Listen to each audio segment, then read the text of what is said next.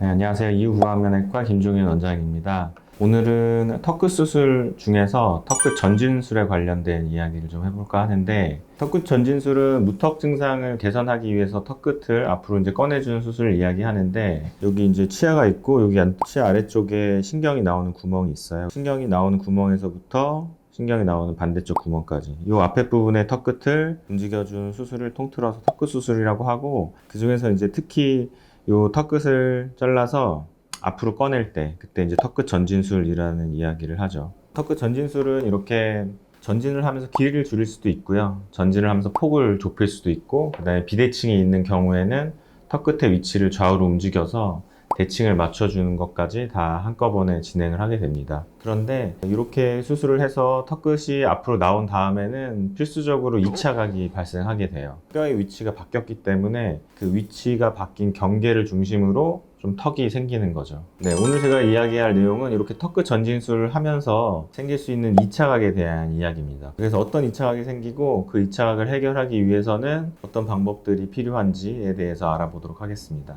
네, 우리가 실제 수술한 그대로 모형에서 한번 뼈를 잘라봤어요. 여기 보시면 신경이 있는 구멍에서 반대 구멍까지 이 부분을 자르게 되고, 자른 후에 옆에서 봤을 때 앞으로 뼈를 이렇게 전진해 주게 되죠. 보통 밑에서 봤을 때 일반적으로 이 뼈의 두께는 1cm 정도 됩니다. 10mm 정도 되죠. 그래서 일반적으로 턱끝 전진술의 한계를 보통 8mm로 이야기합니다. 왜냐하면 뼈의 폭이 10mm인데 전진을 10mm를 하게 되면 뼈하고 뼈가 겹치지 않기 때문에 뼈가 다시 붙을 수가 없거든요. 그래서 뼈하고 뼈가 붙는 걸 남겨두기 위해서 8mm 정도까지 전진을 하고요.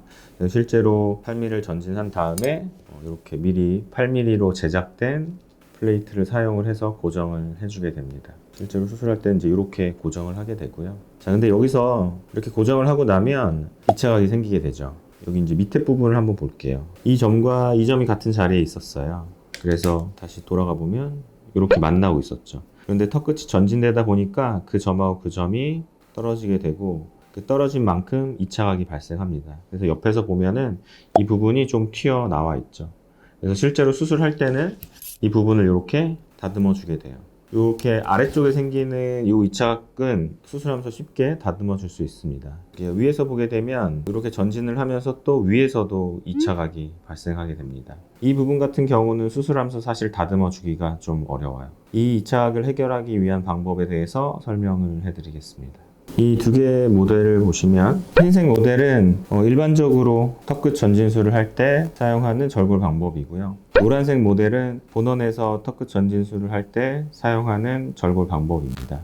이 가운데 부분을 보시면 이렇게 삼각형 모양으로 조금 더 잘라낸 것을 볼 수가 있어요.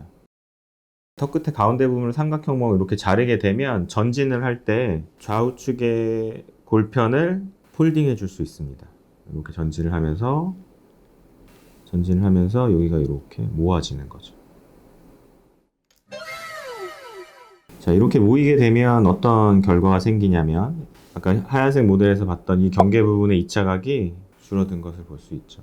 기존에 움직이지 않았던 부분과 전진한 부분 사이에 격차가 많이 줄어들었어요. 그래서 뼈를 특별히 다듬지 않고 2차 각을 없앨 수 있는 거죠. 그리고 이 방법으로 수술을 했을 때 또 하나의 장점은 뼈의 접촉면이 늘어난다는 건데요. 똑같은 양의 뼈를 전진을 하더라도 지금처럼 뼈를 이렇게 폴딩하면서 전진을 해주면 뼈와 뼈가 만나는 그 면적을 늘려줄 수가 있어요. 이제 기존의 일반적인 방법으로 똑같이 8mm를 이렇게 전진을 했을 때 겹치는 양을 그림을 그려보면 이 정도 겹친다고 할 수 있겠죠.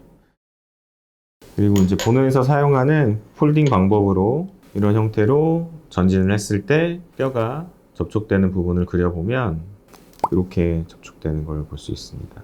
둘 간의 차이점을 보게 되면 이 앞쪽 부분, 우리가 원하는 턱끝의 중심 부분이 전진된 양은 거의 똑같아요. 그래서 그 부분의 접촉면은 역시나 비슷하죠. 하지만 2차 각이 발생한 이 뒤쪽 부분은 접촉 면적이 훨씬 많아지고, 그로 인해서 이제 수술하고 나서 수술의 안정성이 훨씬 더 올라가게 됩니다. 뼈가 분리압되거나 또는 뼈가 이렇게 움직이는 그런 확률이 현저하게 줄어든다고 생각하시면 되겠습니다. 그래서 다시 한번 정리해보면 본원에서 사용하는 방법으로 턱끝 전진술을 했을 때 첫 번째, 기존의 방법과는 다르게 2차각을 현저하게 줄일 수 있다. 그리고 두 번째, 볼의 접촉 면적을 늘려서 수술의 안정성을 높이고 부작용을 줄여줄 수 있다라고 정리할 수 있겠습니다.